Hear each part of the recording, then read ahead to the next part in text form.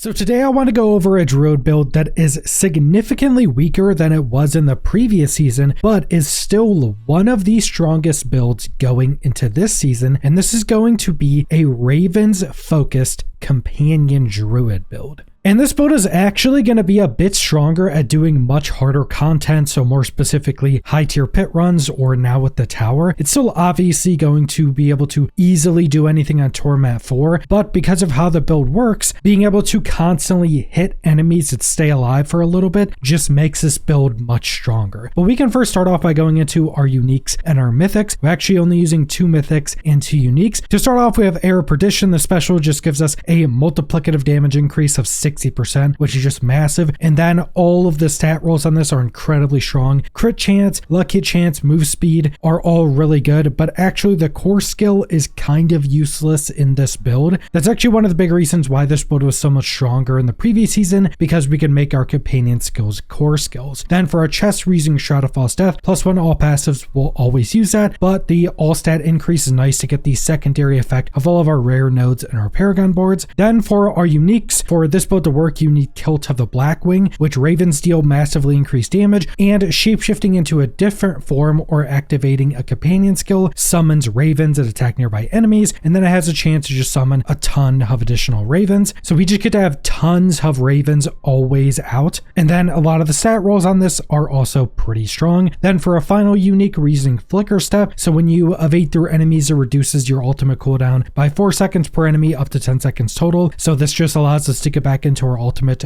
very quickly, and the stat rolls on this are also decent. But then that brings us into our skill tree with our abilities. 1 point into Claw, we actually do use this to stack up some of our passives. 1 point into Cyclone Armor for the non-physical damage reduction. Even if you can't use this like Windmere and Grisly Rage, it still gives you the passive effect if it's on your bar. 1 into Debilitating Roar, a damage reduction to all enemies around us. Upgrade 1 fortifies you, upgrade 2 gives you increased damage. Then we have 5 points in Raven, our main damaging ability. Upgrade 1 makes enemies take increased critical strike chance, which we really don't care about that much. And then upgrade 2, Brutal Ravens, we get more ravens and their damage is increased. Both are incredibly strong. We have 1 point into Trample. This is primarily for movement and for Unstoppable. So if we're not in Grisly Rage, we need Unstoppable, we can Trample. Then 5 points into Grisly Rage, just a massive buff to damage and damage reduction. Upgrade 1 makes us unstoppable while we're in it. Upgrade 2 gives us Fortify per second while we're in it. Then we have our passives, 1 into Predatory Instinct for 3 into Iron Fur for damage reduction when in Werebear, 3 into Backlash for increased damage after using a defensive, 3 into Treasure of Fortitude for increased non-physical resistances, then 3 into Vigilance, 20% DR after using a defensive. So this is primarily for Debilitating Roar, but you can actually still cast Cyclone Armor when you're not in Grisly Rage. Then we're going down 3 points in Nature Reach, deal increased damage to distant enemies, more damage if they're CC'd, 3 into Pharaoh Aptitude, increased damage while healthy, more while above 100% move speed. Then 3 into Call of the Wild, your companion skills deal massively increased damage. Then we're going down 3 points in Amending, primarily for the max life increase, 1 into Neurotoxin, poison enemies are slowed, 3 into Toxic Claws for increased poison damage, 3 into Envenom for increased critical strike damage against poisoned enemies. And then we're going to be using Defiance. Nature skills do increase damage to elites. Natural Disaster, your storm skills, which our ravens are from one of our legendary aspects, deal increased damage to CC'd enemies. 3 into Resonance for nature skills dealing increased damage. Now you can sometimes get the triple bonus of this, but not that often. Then 3 into Catastrophe, increased damage after using our ultimate skill, and we can get this up a decent amount of the time because we can just Flicker Step when Grisly Rage isn't being used, so we can get his cooldown down really quickly. 3 into Quick Shift, increased damage after going into a new animal form, stacking up. So you Claw, use one of your other abilities that takes you into like human form or into Werebear, and then back to another Claw. So you get 6 stacks. Then when we're in any animal form, the duration doesn't go down. 3 into Heightened Senses for increased damage reduction from Werebear, increased move speed for Werewolf. Those will stay locked in as well. And then finally, 1 with Nature. Your companion skills each gain 1 additional companion and deal increased damage. So we'll now always have the passive of all of our companion skills.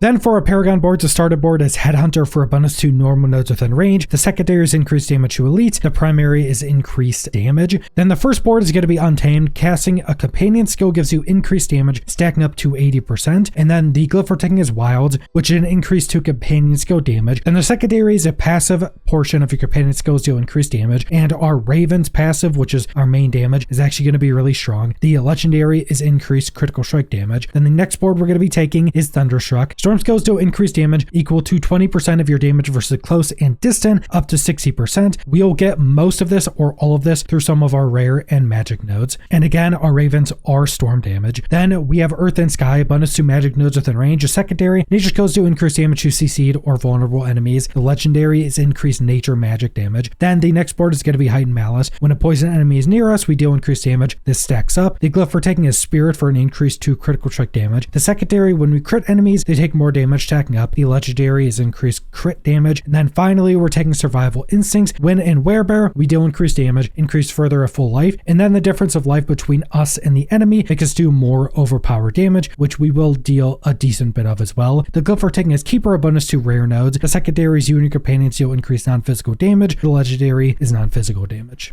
And then we have our Spirit Boons, Wariness to take reduced damage from elites, Iron Feather for increased max life, and then Avian Wraith for increased critical strike damage. We have Pack Leader, a lucky hit. Critical strikes have a 30% chance to reset the active of your companion skills. So that is actually one of the big parts of this build, being able to constantly reset our Ravens. Then finally, we have Overload, dealing damage with lightning skills, can apply poisoning, which can actually help to make sure everything's poison. And then our poison has a chance to deal some additional damage. Then we have our Mercenaries. Again, I'm just using Subo. The tracking is super nice, but if you need more move speed, Ready at Hand as a passive when you deal damage to an elite gives you more move speed. It's really good, especially if you're in pits or the tower. Then we have Opening Fire. You deal increased critical strike damage against enemies hit by Subo's covering fire. And then for our reinforcement, I'm still just using Variana with Bloodthirst, so we gain increased attack speed. When she uses this, you could pretty much use anything. There's not going to be anything that gives you like a massive buff anywhere. And then we have Divine Gifts. The top section is Essence of Lies to fortify per second. The right section, Essence of Screams, increase resistances. The bottom section, Essence of Sin for increased armor. The left section, Essence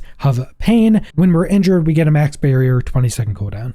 And then that brings us into our gear, starting with our gems. On your armor, 2 armor pieces you want increases to willpower. In your jewelry, you just want diamond for resist all. And then for our rune sets, the first one and most important one, Nagu Sass. So maintain at least 1 active companion for 5 seconds, gaining offering to 6 companions. And that will summon the Spirit Wolf to attack enemies for 8 seconds. Spirit Wolves also do some amount of CC, and they also make enemies vulnerable, which is super nice. We don't really need to worry about vulnerable since we have this. And this will constantly just summon tons of wolf companions. You can stand there in a combat area and it just spam summons these companions. These all also count for some of our other buffs and some of our massive damage increases. Then the other set is going to be cast a skill with a cooldown. Pretty much all of our skills are. And when we do the 6 times, which happens pretty often, your next attack will cause your hits to be guaranteed crits and overpowers. This is primarily how we overpower, which will pretty heavily increase our damage. But then that brings us into our legendary aspects. On our 2-handed weapon, which we are using a legendary weapon, casting a companion skill has an 80% chance to activate an equipped companion skill and reduces cooldown. So this can just reset our active of our Ravens, which is really what we want. So one of the other big things is throughout your gear, we want some cooldown. So say on our rings, we want cooldown. On our gloves, we want cooldown. We want cooldown to be able to get our Ravens cooldown to at least be 5 seconds. You usually want it a bit better, but that means when this procs, we just get our Ravens back. And then we also have the procking from our Spirit Boons to just constantly reset our Ravens. Those are both the ways in which we're constantly resetting it. And then for our necklace, companion skills deal an additional increase to your damage per companion you have. This is multiplicative. All of our companions, we have tons of wolves, tons of ravens, our poison creepers, all of that stuff is considered more companions. And the wolves from our runes are also considered companions. So this is a massive damage increase, probably the biggest in the build. Then for our 3 other offensive aspects, deal more poison damage while shapeshift, and then your direct damage is converted into poison damage. When we're shapeshift, which is all the time, we just always deal poison damage for a bunch of additional scaling. Then we have critical strikes while in Grizzly Rage, increase our damage by 3% up to 120% for 60 seconds. So we current Grizzly Rage, we get this minute-long buff for massive damage increases. And then finally, Ravens now deal lightning damage, which is increased by 100%. Ravens active deals its full damage in half the time and enemies inside our sun. So this is just doing a ton of different things. First,